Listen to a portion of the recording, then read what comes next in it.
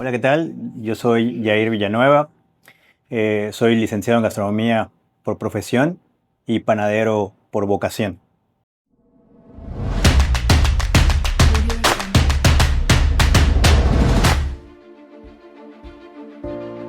Panadeando tiene una historia muy larga. Ya, Panadeando surge hace exactamente 10 años con, con una idea que tenía desde muy joven de poner mi propia panadería, con el empuje y las ganas de mi mujer. Nosotros ya trabajábamos, trabajaba en la panadería de mis abuelos, en una panadería de mis tíos, y hacía rosca de reyes todos los años, se los vendía a los amigos, a los maestros, a los compañeros del fútbol. Y un día me dice mi mujer, ya es hora de que tú empieces a hacer tus cosas tú solo, porque ya vendíamos una cantidad fuerte de roscas de reyes. Que por cierto, las roscas de reyes son el símbolo, el pan icónico o el símbolo de Panadeando. Y le dije, no, poner un negocio es muy complicado. Daba clases en 2 universidades, tenía una actividad profesional dentro del fútbol igual. Y dije, no es complicado, no sabes lo que dices. No, hazlo. Cobramos nuestro aguinaldo, juntamos nuestro dinero y compramos nuestro primer horno, nuestra mesa de trabajo. Y ahí inicia Panadeando. Todo por culpa de mi mujer.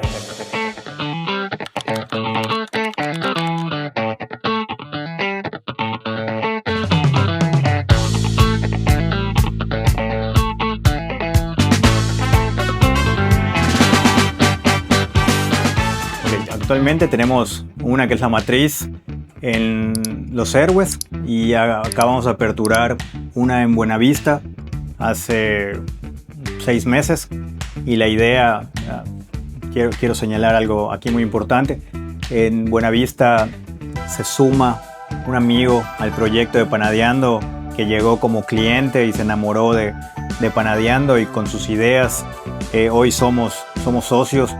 Y la idea es expandir Panadeando hasta donde se pueda. Creemos fielmente que tenemos un gran producto, creemos fielmente que ya tenemos un posicionamiento después de 10 años dentro del mercado del pan, y creemos fielmente que Yair sigue enamorado de poder seguir haciendo panes, ¿no? Entonces la idea es explotar todo lo que se pueda y abrir sucursales por donde se pueda y hasta donde nos lleve.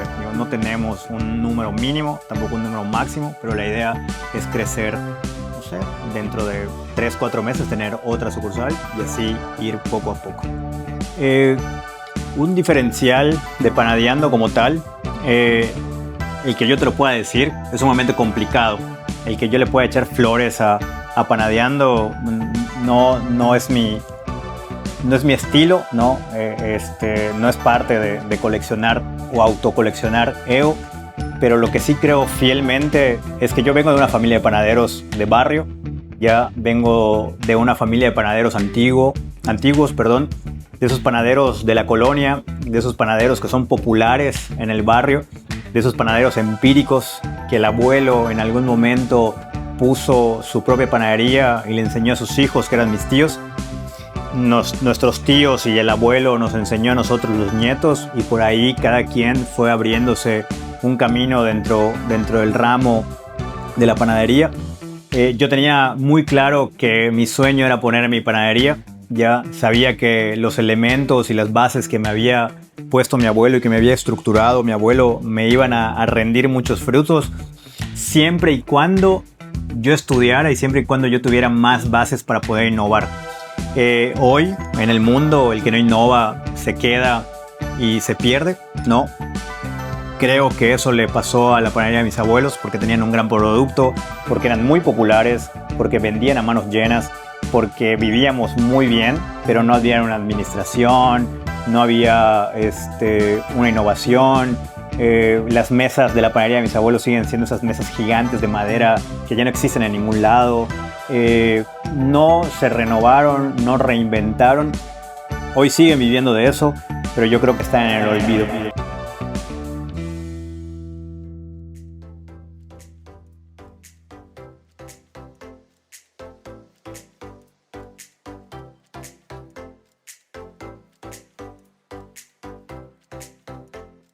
Pues a mí me toca la transición de la panadería antigua con la panadería moderna. Mientras llegaban los hornos de convección o los hornos giratorios a la panadería, yo seguía horneando en un horno de leña en casa del abuelo. Mientras la producción se hacía masiva, porque ya habían fermentadoras o la tecnología ya había invadido el ramo panadero, yo seguía limpiando con una estopa las barras de francés para que vayan los cochineros a las 5 o 6 de la mañana en casa de los abuelos. Entonces yo creo que ese podría ser un punto a favor. Haber conocido la panadería en sus tiempos antiguos o de sus inicios y conocer la panadería hoy en un tiempo de innovación, en un tiempo de generar o de tener más bien de nuestro lado maquinaria o instrumentos que hacen más fácil el trabajo del panadero. Y me sé la historia porque la conozco, ¿no? Y sé aplicarla también.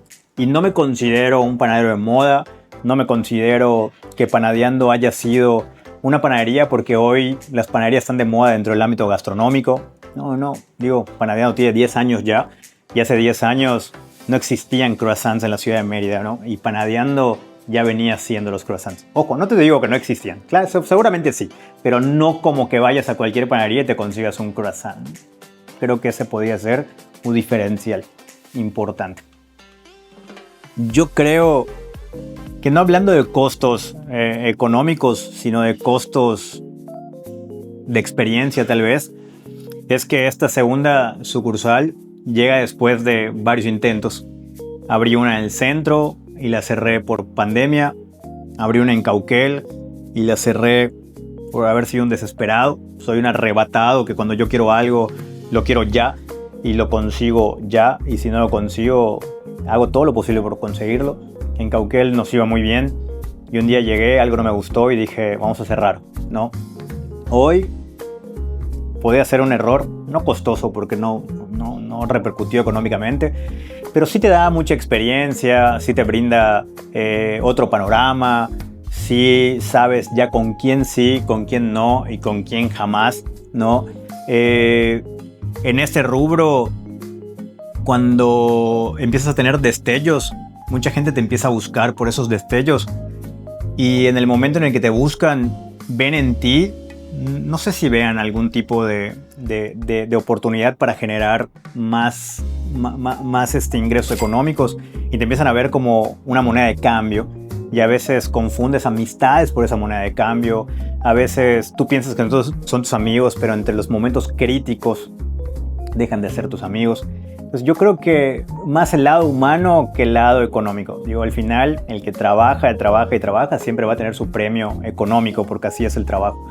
Estábamos muy seguros que lo que yo quería vender dentro de Panadeando era lo que a mí me gustaba, ¿no? Los panes que a mí me convencían, los panes que le gustaban a mi mujer o que le gustaban a mi familia. Esa era la línea de Panadeando. Al final, Panadeando tiene que... No te puedes ir en línea recta en un negocio porque le vendes a clientes. Algunos panes que a ti te gustan no van a gustar, ¿no? Algunos panes que a ti no te gustan son los que más gustan. En el menú de panes hay 4 o 5 panes. Digo, todos los panes, no es que yo los haya inventado porque todo está inventado, pero yo le fui poniendo mi esencia hace mucho tiempo. Y hay 4 panes que hasta el día de hoy yo no pruebo porque no me gustan, pero están dentro del menú porque se venden. Entonces, si yo lo quito del menú, pues un cliente va a dejar de venir a consumirme porque a lo mejor ya es el pan que le gusta a su hijo o el que le gusta a su mujer. Entonces ahí sigue el pan y mientras el pan se siga vendiendo, ahí estará. Hay otros panes que me han gustado demasiado, que yo digo que van a pegar muchísimo y no pega, ¿no? Y por más que dentro de 6 meses lo vuelva a meter otra vez, no. Y digo, y esa es la línea del negocio. Ya no poner en el negocio lo que únicamente a mí me gusta, sino lo que me va a consumir el cliente, que al final esa es la idea, ¿no? Generar un negocio para generar ingresos económicos. ¿Quién los va a dejar? El cliente. Y si yo no le doy al cliente lo que quiere, pues obviamente me voy a quedar en el olvido, ¿no? Okay. Lo que parece. Oli, soy Mai y esto es Mai vs Food, donde la comida es protagonista. Hoy estamos en Panadeando Norte, la nueva sucursal de una de mis panaderías favoritas en Mérida. Empezamos nuestra visita con el rol de tiramisú. Esto no es un postre, es un guiño directo para los que amamos el café. Los chilaquiles rojos, totopos, salsa de tomate, aguacate, frijol, queso de cabra y huevo frito. Tradicional pero imperdible. Ahora los benedictinos panadeando. Huevos pochados sobre croissant, tomate deshidratado, aguacate y salsa holandesa, con longaniza, queso de bola y aquí sabes que viene algo bueno. Una mezcla de sabores que para qué te cuento. La nueva sucursal está súper acogedora, moderna, con áreas climatizadas, de esos lugares donde llegas por café y te quedas por todo lo demás. Y el ganador es los benedictinos panadeando. ¿Te imaginas cumplir tus antojos aquí? Porque yo sí y varias veces. Y para que no te pierdas, te dejo cómo llegar. Si vienes por Prolongación Montejo, te metes hacia Buenavista y en unos minutos ya lo tienes. Si vienes del centro, agarras la 60 rumbo al norte, sobre Circuito Colonias y listo. Bye. En mis horas libres dentro de una universidad, me junto con unos amigos o compañeros que al final después se volvieron mis amigos y hacíamos roles de todos los sabores y de todos los colores todos los días. Y a mí uno de los roles que más me gusta es el rol de canela. ¿Ya? El rol de canela lo hacíamos, y de hecho tenemos roles de canela con varios toppings, con varios rellenos. El rol de canela me gusta muchísimo, ¿ya?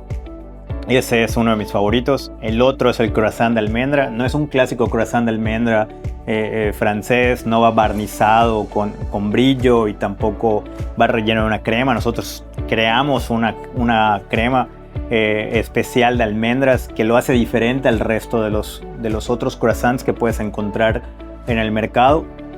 Y por último, me gusta muchísimo la oreja. Es una oreja tradicional, ya. Es una oreja que yo la aprendí a hacer en la panadería de mis abuelos, pero que en Panadeando le dimos otro sentido, porque en la panadería antigua la mantequilla no se utiliza. La mantequilla es un producto extremadamente caro para la panadería de barrio, que hace que los precios se disparen. Pero en la panadería moderna la mantequilla tiene que ser base de una buena panadería, ¿no? Si tú utilizas margarina, hoy en día los clientes ya saben diferenciar entre la mantequilla y la margarina, entonces siempre tiene que ser mantequilla, y la oreja con mantequilla es otro boleto. Esos son mis tres principales panes. Para mí hoy en día existen muchísimas herramientas que llegan a sumar al negocio, ¿no? Una de ellas es la fotografía. Otras son las redes sociales, que prácticamente van de la mano, ¿no? Una buena fotografía dentro de una red social bien manejada potencializa el producto, potencializa el lugar, o sea, va generando muchísimo. ¿Qué nos pasa muchas veces como consumidor de cualquier producto? Que vemos una fotografía en una red social que tiene 50,000 seguidores y llegamos y pedimos lo que vimos en la fotografía y, oh sorpresa, nos dan algo que ni siquiera se parece, ¿no? Que ni siquiera es agradable a la vista. Entonces hoy sí es súper importante el tema fotográfico, te ayuda a meterte en el gusto del cliente. Hoy las nuevas generaciones consumen redes sociales al por mayor. Hoy no creo que pueda subsistir un nuevo negocio si no tiene redes sociales. Digo, los que tienen muchos años y es algo muy tradicional, seguramente sí. Hay panaderías muy antiguas que no tienen redes sociales y que hoy siguen siendo un éxito. Pero hoy es sumamente importante, muy muy importante. Si por allá te topas con un fotógrafo que le sabe el tema de la gastronomía, que le sabe el tema de la cocina, que sabe qué es vender un producto, estamos del otro lado, ¿no?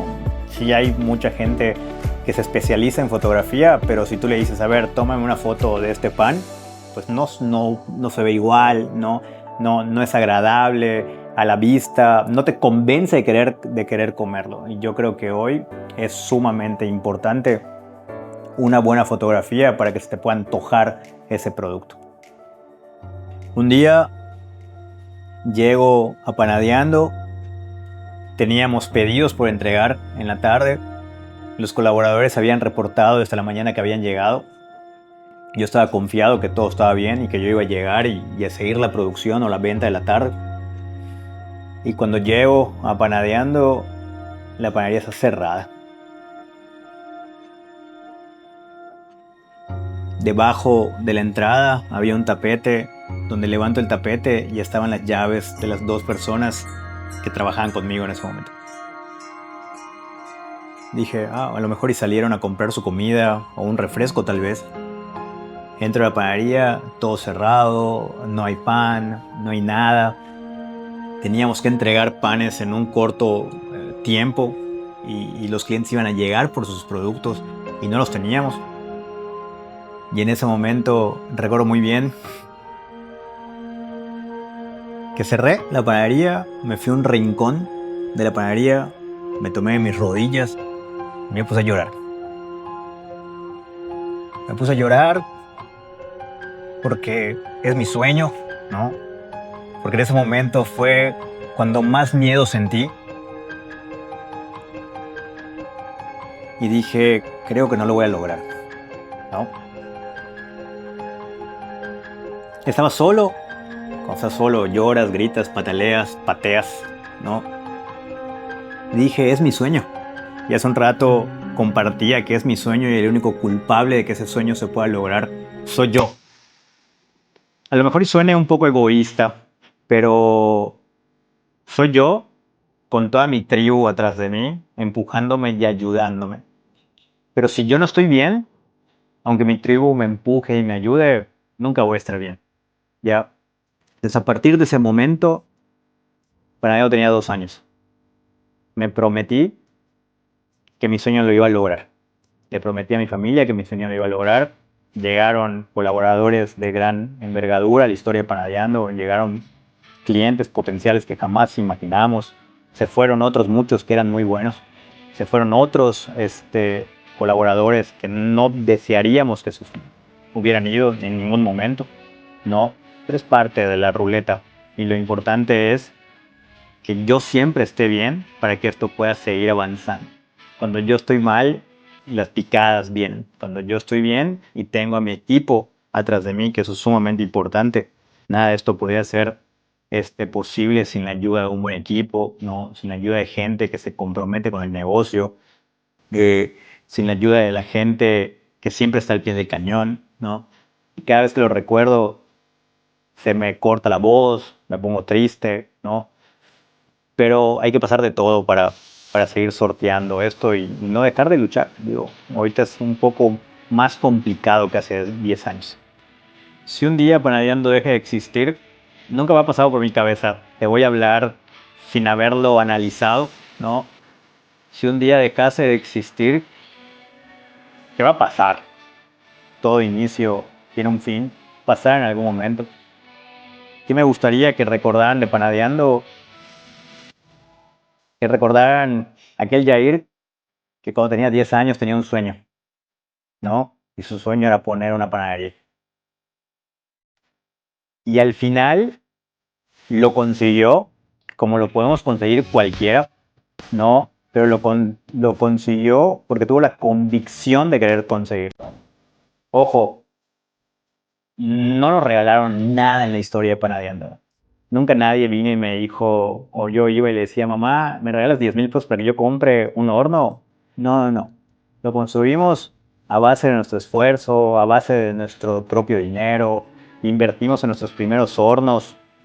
Que si los llegas a ver hoy y ves los que hay ahorita detrás de los muros, no lo creerías. La verdad es que no lo creerías. Yo lo veo y yo mismo no lo creo, ¿no? Entonces me gustaría que se queden con eso. Y al final, cuando estás convencido de que lo quieres lograr, lo vas a lograr. Lo único que hay que hacer es ser totalmente disciplinado ya y convencido de que lo vas a lograr. Mi historia no va a ser igual a la historia de nadie más, ¿ya? Cada quien va a tener su propia historia. Algunos es más práctico, para otros es más fácil, para otros a lo mejor y hoy ya abren una panadería que en equipamiento tiene miles y millones de pesos invertidos. También es válidas esas historias. Hoy, gastronómicamente, se abren más panaderías. ¿Ya? Yo perdí la credibilidad en una universidad en la cual daba clases porque hace 8 años traje a uno de los mejores panaderos del mundo. Era un panadero mexicano. nadie me creía.